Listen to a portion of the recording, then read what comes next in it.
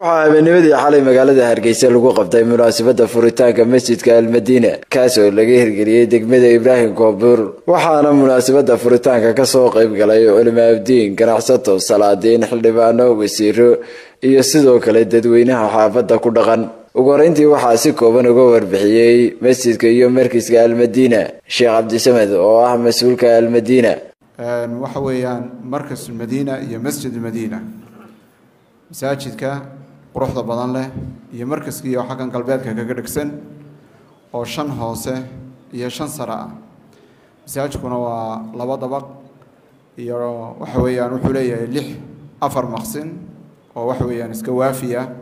ayuu leeyahay qolalkaasi ilaahay baa subxaanahu wa ta'ala ma hadaale masaajidku wuxuu ahaa masaajid yar oo kooban hadda waa inoo weynaaday masaajidku markaa waxa ku dhigan jiray rag iyo dumarba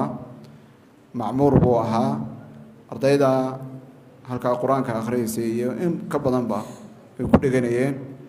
ilaa 350 arday ayaa ku dhigta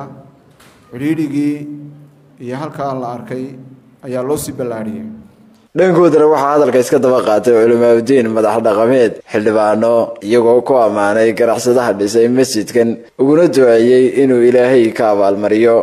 waxaynu walaalkeen iyo ehelkiisaba leenahay man bana lillahi masjidan bana lahu baytan fil janna ilaahay subhanahu wa ta'ala jannatul firdaws al-a'la allaha ugu bedelo baytkan baydu ku xusuusto markaasku runtii dadka xaafadda degan baan kamid ahay waa markas runtii waxbarasho aad u qiimo badan oo samafal ah waliba waxbarashada jiilka soo karaya dadka waaweyn oo kaliya kuma koobnee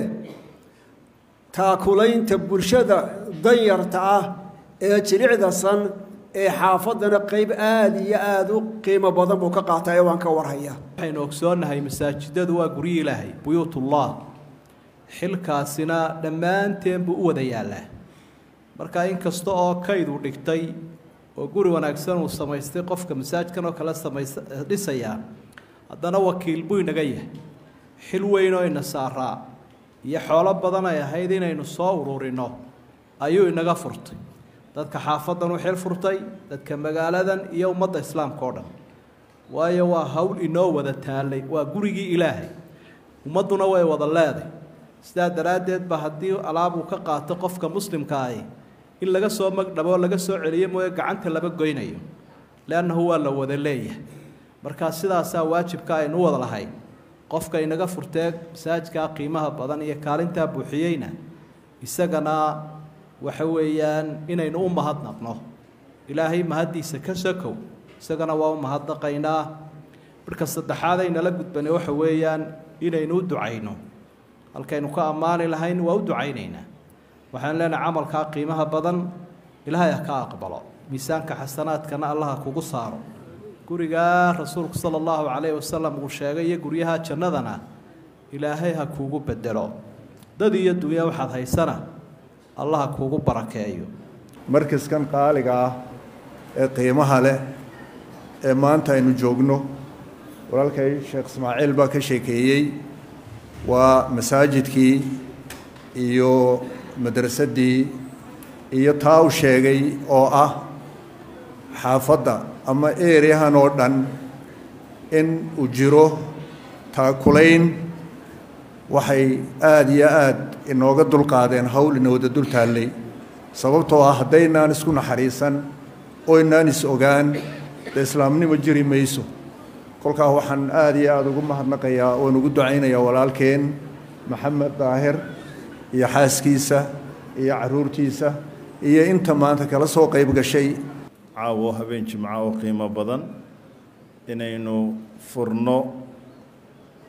khayrka weyn ee xaafadda iyo qarankaba u soo kordhay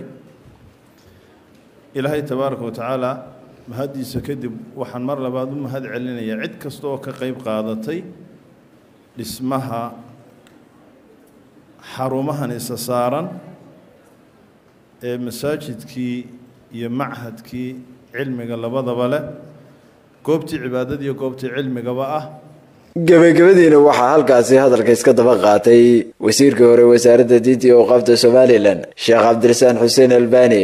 wasiirka wasaaradda beeraha Jamhuuriyadda Somaliland Maxamed Habane, wasiirka diinta iyo awqaafta Jamhuuriyadda Somaliland Maxamed Aadan Cilmi, iyagoo halkaasi ka soo jeediyay weeraro duco iyo dardaaran ah. waa shacaa'irta diinta islaamka waa kuwa ugu muuqashada badan. masaajidadu waa goobtii cibaadada, waa goobtii aynu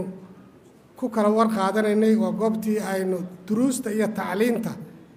aynu ugu soo arooraynay, waa goobtaynu ilaahay subxaanahu wa tacaala markaynu khalwo samaynayno ee qofku uu doonayo inuu ictikaaf sameeyo, cibaadaysto, wardiyo, qur-aan akhriyo, waxa weeyaan salaad tukado, waa meeshii naftu ay u muhonaysay ee uu imanayay. taariikhda masaajidaduna waa qadiim. waxay bulsho horumartaa oo dhaqaaluhu hagaagaa oo waddanku hagaagaa oo ummaddu hagaagtaa marka la helo dad maxaa ahayde cilmiga diiniga dhisan. sida cilmiga diiniga loo dhisana falilaahi alxamdu, ilaahay baa ku mahadle. dhammaan culimadeenu aad bay u gelisay juhdi iyo dadaal dheeraada. waxaan leeyahay dhalinyarta ka faa'iidaysta duruusta cilmiga culimadeenu mar walba ay inoo hurayso. waalidkana waxaan ku dhiirigelinayaa inay kula dadaalaan oo sidaa culimmadu u garab taagan tahay juhdiga dadaalka u gelinayso inay iyakuna ku garab siiyaan. walaalkeenna masaajidkan quruxda badan dhisay ee masaajidadii berigii hore markaynu Maka iyo Madiina tagno inaynu arki jiray u eeg ee ilaa mukayfiyadii ku jiraan in Ilaahay miisaanka xasanaadka ugu daro. dhammaan intii ka qayb qaadatayna sidaas oo kale Ilaahay uga abaalmariyo. ujeedadii loo dhisay ee dacwadda ahaydna mid ummaddu ku intifaacdo Ilaahay ka dhigo.